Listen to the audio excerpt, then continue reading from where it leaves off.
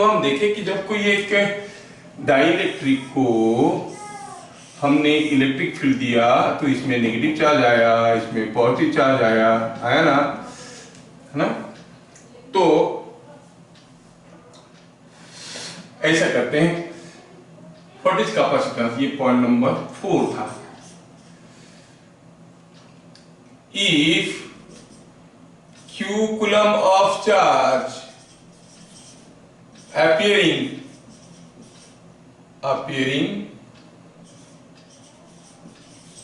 at two ends of a dielectric develop a potential difference V at the two ends, between the two ends, V between the two ends, then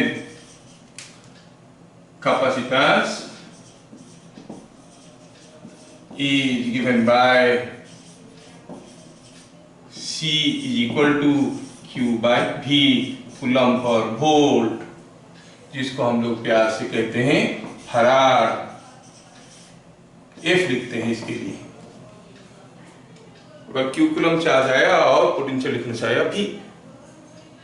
जब अगर ये conductor होता तो क्या होता, conductor होता तो सोचो तो ये कोई एक डाइलेक्ट्रिक है, हमने इलेक्ट्रिक फील्ड दिया तो क्या हुआ, इसमें इलेक्ट्रिक फील्ड के चलते डाइपोल्स अरेंज होकर रह गए इसके अंदर। अब इसके अंदर इलेक्ट्रिक फील्ड है कि नहीं, हाँ है, इलेक्ट्रिक फील्ड तो है, क्योंकि पॉजिटिव नेगेटिव चार्ज है तो डाइपोल के लिए इलेक्ट्रिक फील्ड तो बनता है, आ जाएगा। There is some electric field is available, है ना, इलेक्ट्रिक फील्ड इज अवेलेबल। अच्छा, और यहाँ पे जो चार्जेस इलेक्ट्रिक फील्ड है तो यहाँ से यहाँ तक आएंगे तो कोई पोटेंशियल डिफरेंस मिलेगा कि नहीं मिलेगा। सो कभी कोई डाइलेक्ट्रिक को इलेक्ट्रिक फील्ड में एक्सपोज करेंगे तो there will be a potential difference across it. लेकिन अगर ये कंडक्टर होता तो चार्जेस तो आते, लेकिन अंदर इलेक्ट्रिक फील्ड क्या होता है, E inside is 0, तो what is the potential difference between the two ends? 0. Are you getting the difference? Conductor को इलेक्ट्रिक फील्ड में एक्सपोज करेंगे तो दोनों एंड में चार्ज आएंगे, और what will the potential difference, 0, जबकि डाइलेक्ट्रिक में कोई पोटेंशियल डिफरेंस आ रहा है। तो अगर Q चार्ज अपीयर करने से V वोल्ट का पोटेंशियल डिफरेंस डेवलप होता है तो कैपेसिटेंस हो गया Q by V। क्लियर? अब बताओ, ये एक बहुत बड़ा कंसेप्शन है, मिसकंसेप्शन है इधर, कि जो कैपेसिटेंस है वो किसका प्रॉपर्टी है, कंडक्टर का कि इंसुलेटर का। मोस्ट ऑफ द केसेस में स्कूल्स में ये पढ़ाया जाता है the property of a conductor. No, it's not a property of a conductor, conductor has nothing to do with a capacitor, it's a property of a dielectric. आपको हर जगह दो दो कंडक्टिंग प्लेट लेते हैं, अरे जो दो कंडक्टिंग प्लेट लेते हैं, क्यों लेते हैं, क्योंकि उनमें चार्ज दे देंगे तो बीच में इलेक्ट्रिक फील्ड बनेगा, बीच का dielectric will exhibit the capacitance property. समझ में आया? Capacitance is a property of dielectrics। समझ में आया? कंडक्टर का नहीं है, बहुत इंपॉर्टेंट है क्योंकि काफी जगह गलत सलत पढ़ाया जाता है, ध्यान रखें। Okay, now let us see what happens, we'll try to exhibit the capacitance effect। Suppose हम कहेंगे, चलो हेडिंग देते हैं, capacitance of a parallel plate,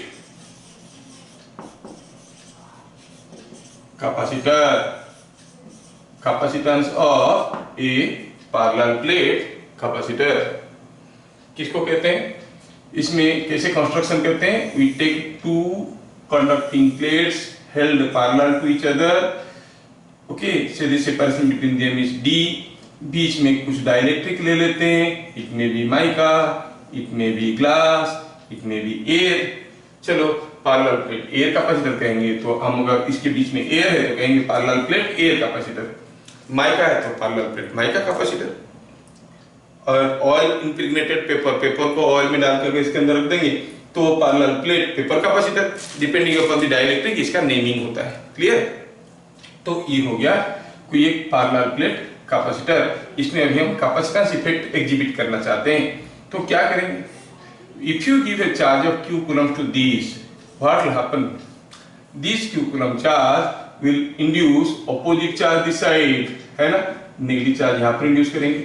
अगर हम यहाँ पर पॉजिटिव चार्ज किसी तरह से दे दिए तो हम कहेंगे इधर नेगेटिव चार्ज इंड्यूस होगा।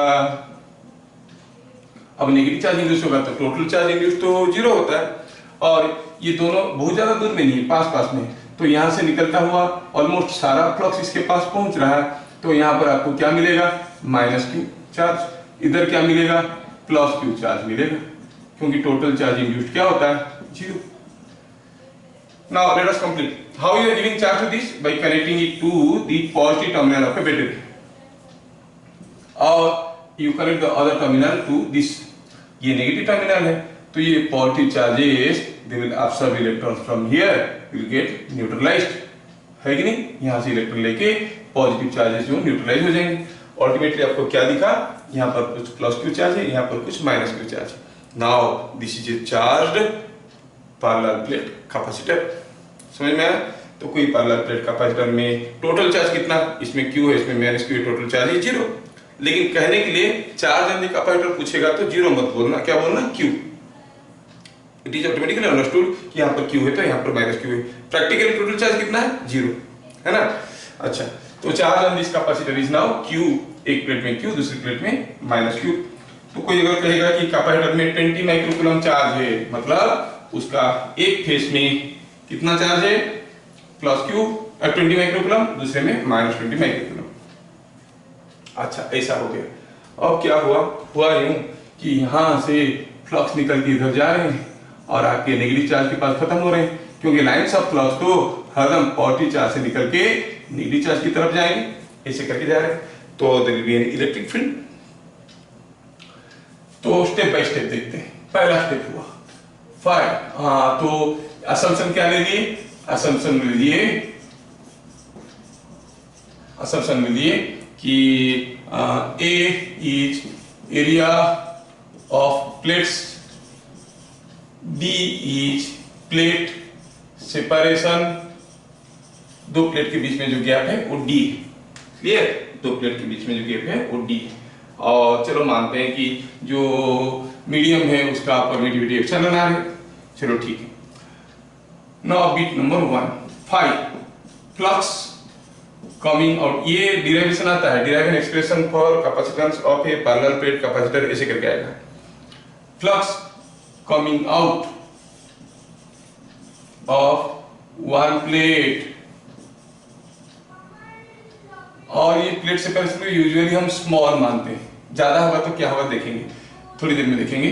हाँ, flux coming out of one plate that is equal to what, इतना फ्लक्स निकल रहा है, that is the flux reaching the other plate, that is equal to, जब ये स्मॉल रहेगा, दोनों पास रहेंगे, तभी जाके इसका सारा फ्लक्स उसमें पहुंचेगा, is equal to flux reaching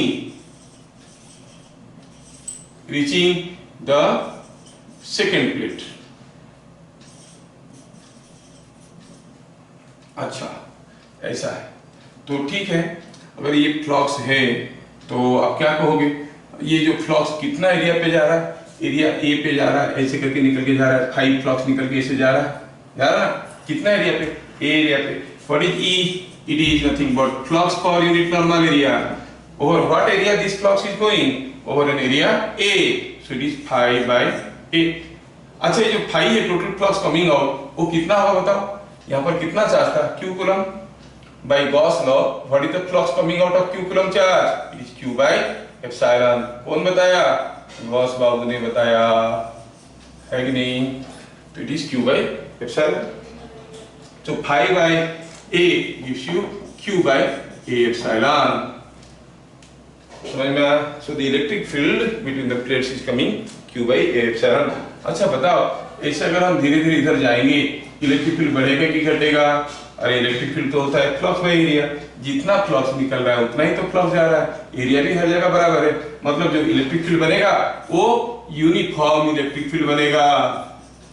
कोई पूछेगा पॉजिटिव प्लेट के पास ज्यादा इलेक्ट्रिक फील्ड है कि नेगेटिव प्लेट के पास, नहीं, बराबर इलेक्ट्रिक फील्ड है, बराबर electric field is uniform electric field, ठीक है।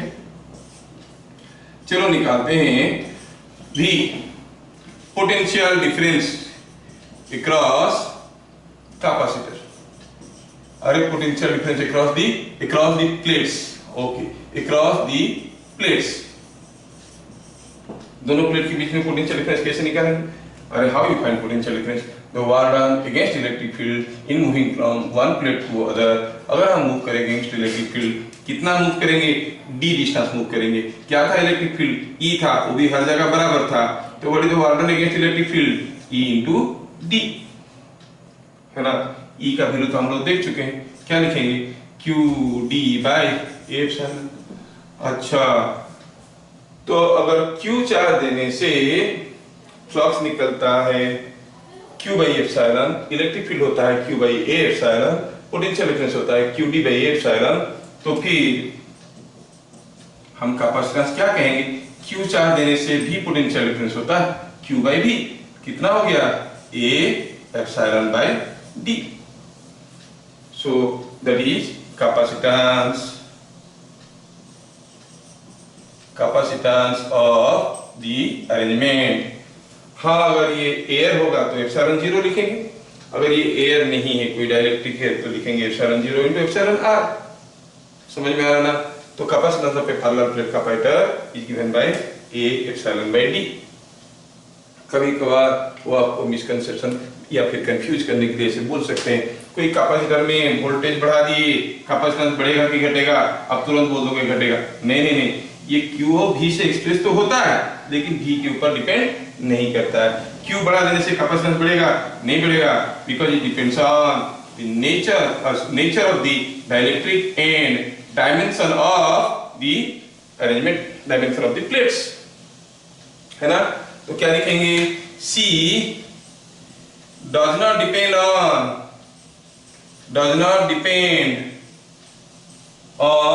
Q और एंड V, इनके ऊपर डिपेंड नहीं करता। जैसे रेजिस्टेंस क्या होता है भाई? V by I। क्या वोल्टेज बढ़ाने से रेजिस्टेंस बढ़ता है? नहीं नहीं नहीं नहीं, वोल्टेज बढ़ाओगे करंट बढ़ जाएगा, ratio will remain same, because resistance is rho L by A। It depends on the dimension of the wire and the nature of the wire material. Similarly, capacitance does not depend upon Q and V, but it depends on the nature of the material and dimension of the plates. समझ में आया? चलिए, अब इससे आगे और थोड़ा देखते हैं चीजें क्या हो रहा है। आप लोग थोड़ा इसको लिख लीजिए, मैं इसको मिटाऊंगा। तो हमें फाई मिल गया, E मिल गया, V मिल गया, C मिल गया, ठीक है। पॉज लगा के लिखते रहो, डोंट वेट फॉर मी कि I will wait.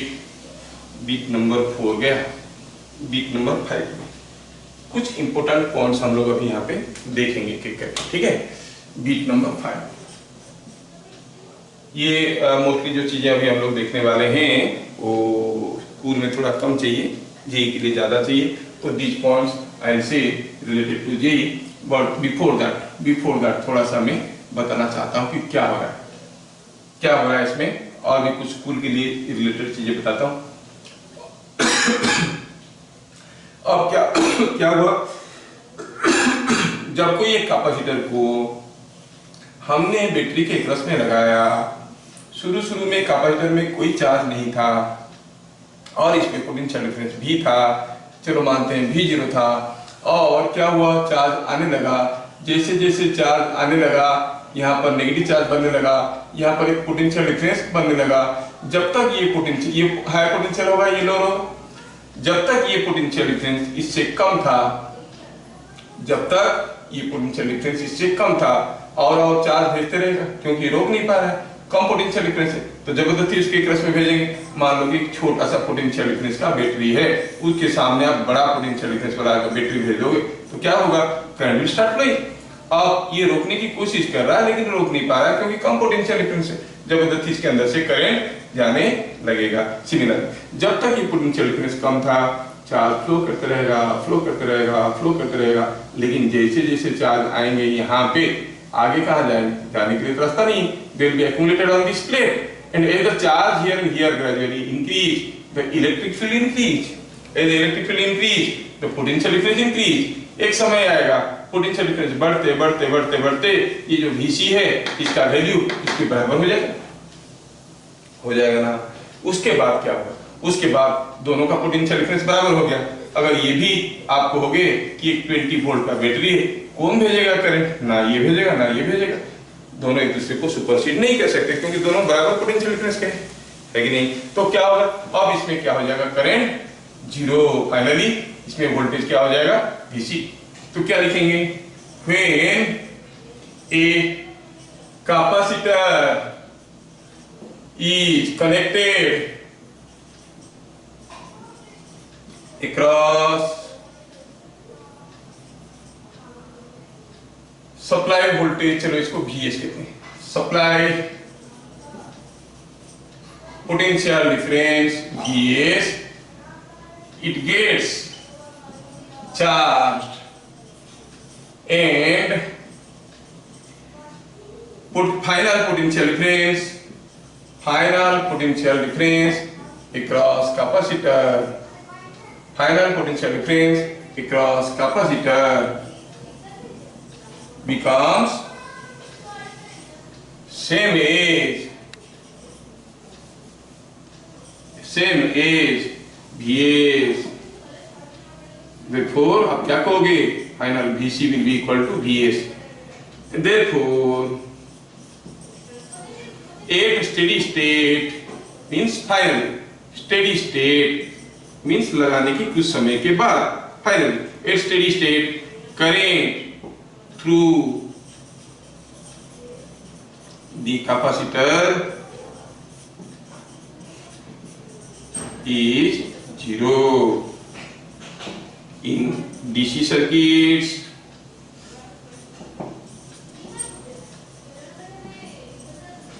the current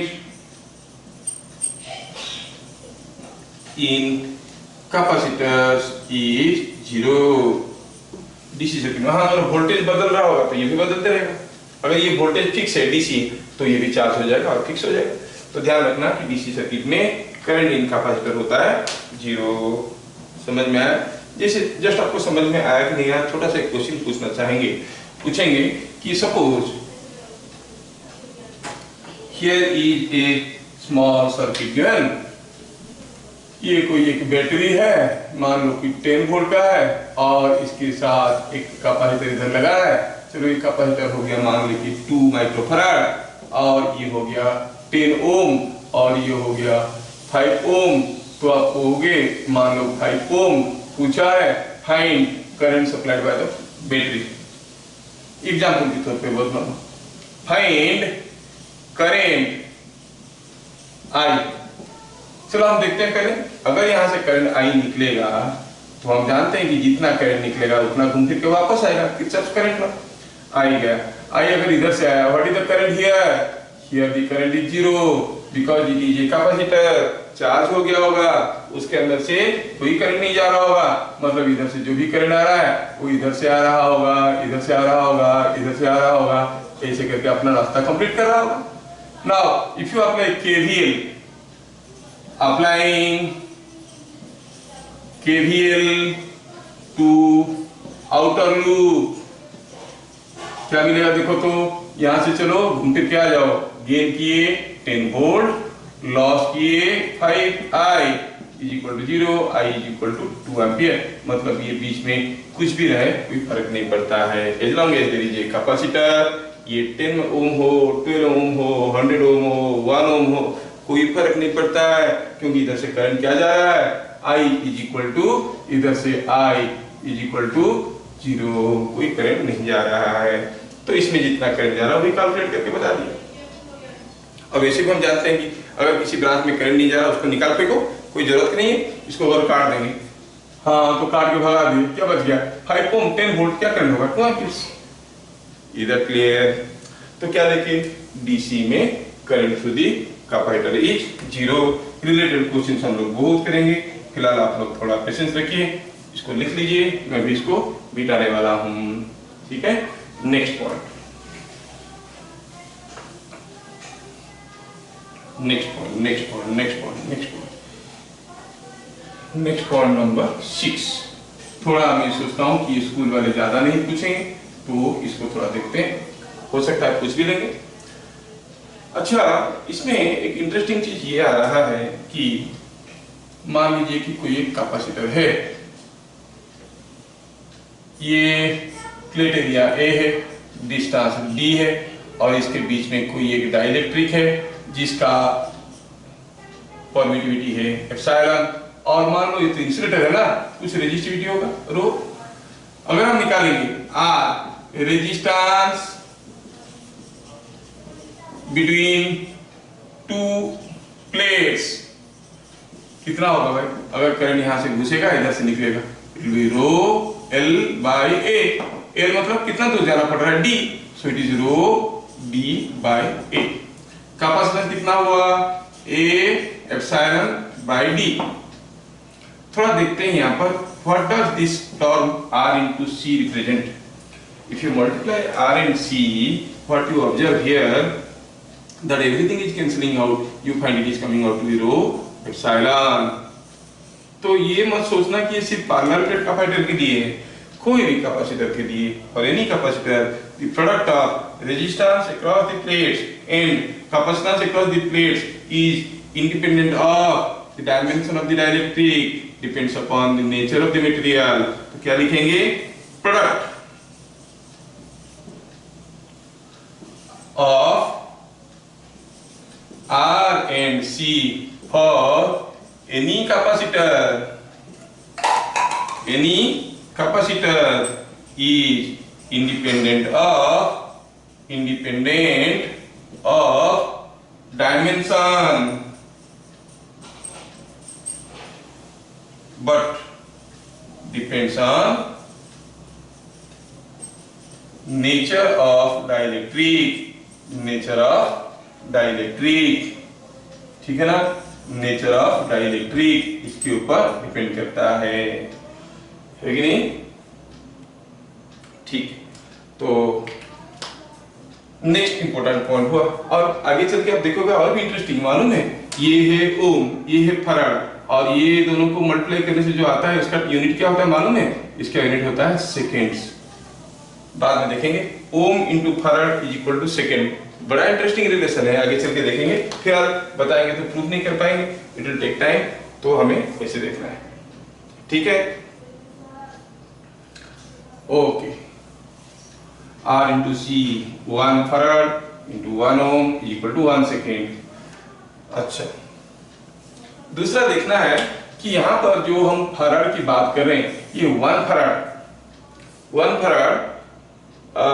is a very large unit of capacitance और small unit of capacitance। 1 farad मतलब A epsilon by D is equal to 1 होगा, और एप्सिलॉन का वैल्यू कितना है? चलो एयर का ही ले लेते हैं। D कितना लेंगे तो आप कहोगे कि एरिया कितना बड़ा होना चाहिए? देखो तो area should be 1 into D by epsilon 0। Epsilon 0 का वैल्यू कितना है? 8 into 854, 8.854 into 10 power minus 12, so this is of the order of D into 10 power 12। नहीं, डी कितना लोगे भाई? मिलीमीटर लोगे? 1 मिलीमीटर, 2 मिलीमीटर, कितना गैप रखोगे? थोड़ा सा कुछ तो डायरेक्टली रखोगे। अगर थोड़ा सा कुछ डायरेक्टली रखे, गैप कम रखे, फिर भी देखो एरिया कितना बड़ा मीटर स्क्वायर हो रहा है। You need a very huge amount of plates to form 1 farad capacitor. कहने का मतलब है 1 farad is a small unit of capacitance और large unit of capacitance is a very large unit of capacitance. We always deal capacitance in terms of microfarad, picofarad, nanofarad, like that, okay? तो क्या लिखेंगे? 1 farad is a very large unit, ये school के लिए चाहिए, very large unit of capacitance। हम लोग use करते हैं कैसे? माइक्रोफराड में 10 पावर माइनस 6 फराड, और पिकोफराड में that is equal to 10 power minus 12 farad, ऐसे करके यूज करते हैं। अभी नेक्स्ट इंपॉर्टेंट पॉइंट देखेंगे, हो गया? लिख दिए? Okay, next important point beat number 8। Beat number 8 आप लोग पॉज लगा के लिखते रहो। बीट नंबर 8 में हम देखेंगे जो स्कूल के लिए चाहिए, लेकिन सिर्फ सीबीएसई वालों का, आईएससी वालों का ऐसा उल्टा पुल्टा चीज नहीं पूछता है, फिर भी देख लो। फ्रिंजिंग इफेक्ट, फ्रिंजिंग इफेक्ट ये क्या है? अगर दो प्लेट के बीच में गैप सफिशिएंटली स्मॉल नहीं है तो क्या होगा, ये जो चार्जेस यहाँ पर थे, यहाँ पर से जो फ्लक्स निकल के ये नेगेटिव चार्ज में जा रहे थे, कोई जरूरी नहीं है कि ये सारा लाइन्स ऑफ फ्लक्स सीधे सीधे जाएंगे। कुछ फ्लक्स तो ऐसे बॉल्जिंग हो जाएंगे, कुछ फ्लक्स ऐसे भी जाएंगे, कुछ फ्लक्स ऐसे जाएंगे, है ना, इधर जाएगा इधर जाएगा इधर जाएगा इधर जाएगा, कुछ फ्लक्स ऐसे भी जाएंगे। You find some bulging effect also being seen, है कि नहीं?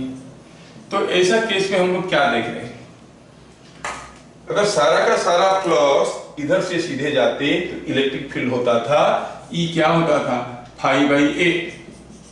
नहीं, अभी E क्या होगा, एवरेज इलेक्ट्रिक फील्ड अगर देखेंगे ये ज्यादा एरिया कवर करके जा रहा है, E will be less than phi by A, होगा कि नहीं होगा? ए हो गया एरिया, फाई हो गया फ्लक्स, टोटल फ्लक्स हो जा रहा है। ये जो फ्लक्स ऐसे बाहर प्लेट के बाहर से चले जाते हैं थोड़े बहुत, फ्रिंजिंग फ्लक्स है, ठीक है, उनको कहते हैं फ्रिंजिंग फ्लक्स। तो E हो गया less than phi by A. E अगर less than phi by A हो गया, V क्या था, V was E into D, है ना, so this will be less than क्या है, Q, फाई क्या था, फाई था, फाई तो हरदम वही रहेगा, Q by epsilon, phi is not going to change, Gauss law तो फिक्स्ड है, चाहे फ्लक्स उधर से जाए इधर से जाए सीधा जाए। Q4 से कितना फ्लक्स निकलेगा, Q4 से निकलेगा Q बाई एप्सिलॉन। अब ये फाई की जगह Q डाल दिए तो ये Q बाई ए और ये D, QD by A, QD by A epsilon, so V जो है QD बाई ए एप्सिलॉन से कम हो जाएगा।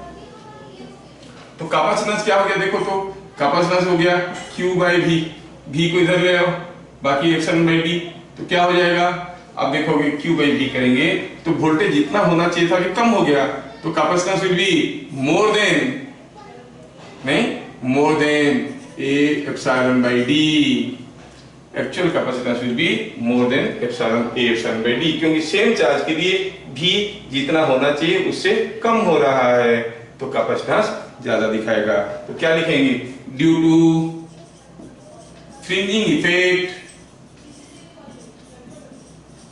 some flux bulge out of the plates and effective capacitance becomes more than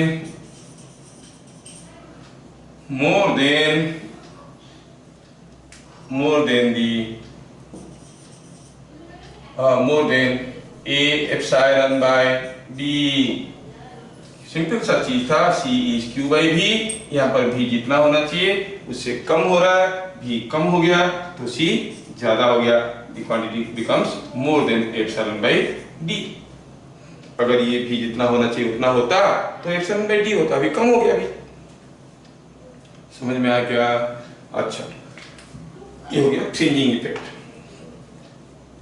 अभी और एक इंपॉर्टेंट चीज देखने वाले हैं जो न्यूमेरिकल के लिए चाहिए, स्कूल लेवल की न्यूमेरिकल्स करने के लिए चाहिए, ध्यान से देखना, ये बहुत ही इंपॉर्टेंट है।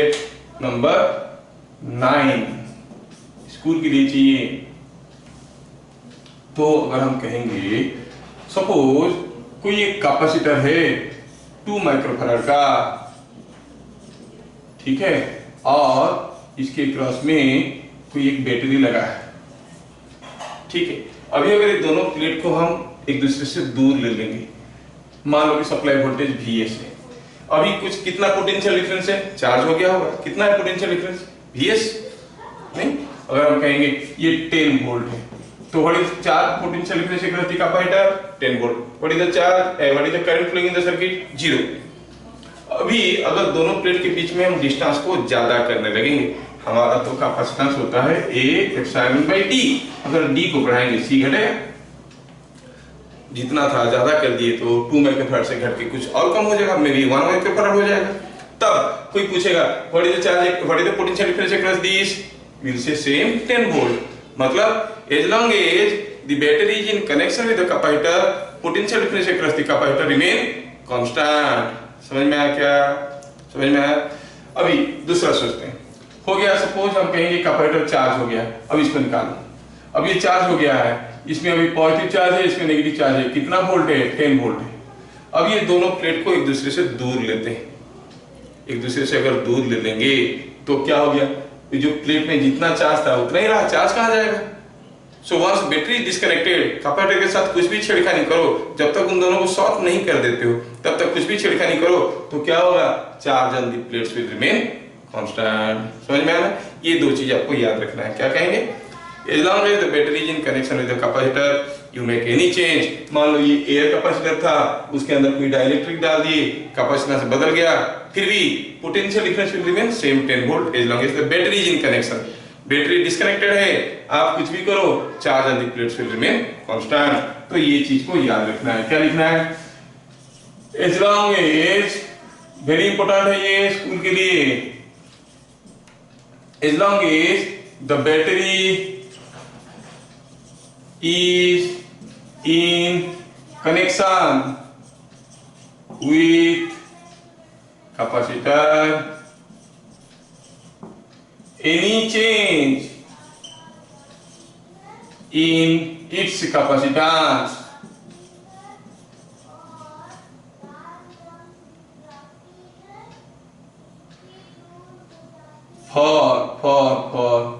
for any change in its capacitance, the PD across it, potential difference across it, remain same। समझ में आया क्या? Potential difference remain same.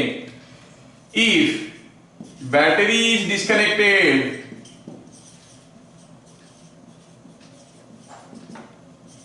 from a charged capacitor,